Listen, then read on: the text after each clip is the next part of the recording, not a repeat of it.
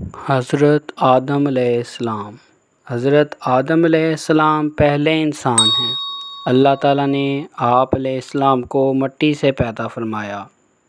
حضرت آدم علیہ السلام سے انسانی نسل کا آغاز ہوا۔ اسی وجہ سے حضرت آدم علیہ السلام کو ابو البشر یعنی انسانوں کے والد کہا جاتا ہے۔ آپ علیہ السلام کا ایک لقب صفی اللہ بھی ہے، یعنی اللہ تعالیٰ کے چنے ہوئے۔ حضرت آدم علیہ السلام کو پیدا کرنے سے پہلے اللہ تعالیٰ نے فرشتوں کے سامنے حضرت آدم علیہ السلام کی پیدائش کا ذکر فرمایا کہ میں زمین میں انسان کو اپنا خلیفہ یعنی نائب بنانے والا ہوں۔ فرشتوں نے عرض کیا کہ کیا آپ ایسی مخلوق بنائیں گے جو زمین میں فساد مچائے گی اور خون بہائے گی؟ اللہ تعالیٰ نے فرمایا جو کچھ میں جانتا ہوں وہ تم نہیں جانتے۔ اللہ تعالیٰ نے حضرت آدم علیہ السلام کو پیدا کرنے کے بعد تمام چیزوں کے نام یعنی ان کو علم سکھا دیا۔ پھر ان چیزوں کے نام فرشتوں سے پوچھے۔ فرشتے ان چیزوں کے نام نہ بتا سکے۔ حضرت آدم علیہ السلام نے ان سب چیزوں کے نام بتا دیے، کیونکہ اللہ تعالیٰ نے حضرت آدم علیہ السلام کو علم کے لحاظ سے فضیلت عطا فرمائی تھی۔ اللہ تعالیٰ نے فرشتوں کو حضرت آدم علیہ السلام کو سجدہ کرنے کا حکم دیا۔ تمام فرشتوں نے حضرت آدم علیہ السلام کو سجدہ کیا، لیکن ابلیس نے سجدہ نہ کیا۔ ابلیس جنات میں سے تھا۔ ابلیس نے تکبر کیا اور حضرت آدم علیہ السلام سے حسد کیا۔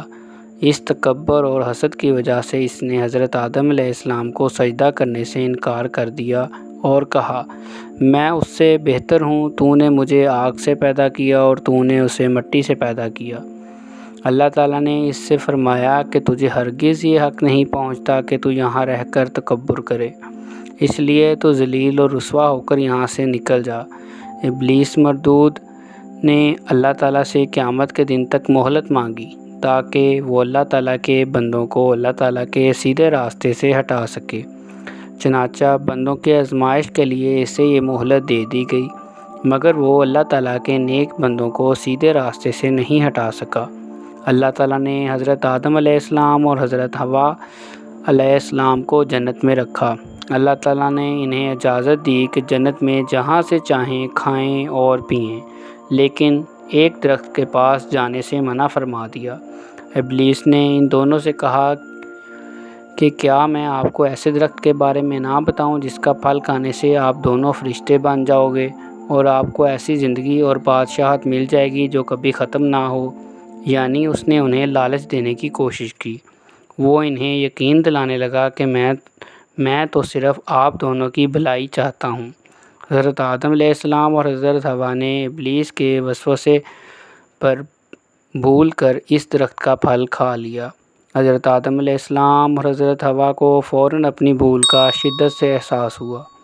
انہوں نے اللہ تعالیٰ سے معافی مانگی اور درخواست کی، اے ہمارے رب، ہم نے اپنا نقصان کیا، اور اگر تو نے ہمیں نہ بخشا اور ہم پر رحم نہ فرمایا تو ہم ضرور ہو جائیں گے نقصان اٹھانے والوں میں سے۔ اللہ تعالیٰ نے ان دونوں پر رحم فرمایا اور ان کی توبہ قبول فرما لی۔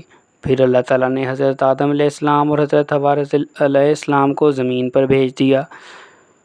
پھر اور دونوں کے ذریعے سے بہت سے انسان پیدا فرمائے جن کی ہدایت کے لیے نبوت اور رسالت کا سلسلہ جاری فرمایا گیا۔ نبوت کے اس سلسلے میں حضرت آدم علیہ السلام کو پہلے اور حضرت محمد رسول صلی اللہ علیہ وآلہ وسلم کو آخری نبی ہونے کا اعزاز حاصل ہوا۔ ہمیں یاد رکھنا چاہیے کہ شیطان ہمارا دشمن ہے۔ وہ ہم سے حسد کرتا ہے اور وسوسہ ڈال کر اللہ تعالیٰ کی نافرمانی کی طرف لے جاتا ہے۔ ہمیں شیطان کے شر سے بچنے کے لیے اعوذ باللہ من الشیطان الرجیم پڑھ کر اللہ تعالیٰ کی پناہ مانگنی چاہیے۔ اگر کوئی غلطی ہو جائے تو اللہ تعالیٰ سے معافی مانگنی چاہیے۔ اللہ تعالیٰ معافی مانگنے والوں کو پسند فرماتا ہے اور ان کی غلطیوں کو معاف فرما دیتا ہے۔ غرور اور تکبر کرنے والے اللہ تعالیٰ کی رحمت سے دور ہو جائیں گے۔ یہ تھا دوستو آج کا اسلامی واقعہ۔ اگر آپ مزید ایسی انفارمیٹیو ویڈیوز سننا اور دیکھنا پسند کرتے ہیں تو ہمارے اس یوٹیوب چینل کو سبسکرائب کرنا مت بھولیں۔ تاکہ ہماری ہر آنے والی نئی ویڈیو آپ تک پہنچ سکے۔ اللہ حافظ۔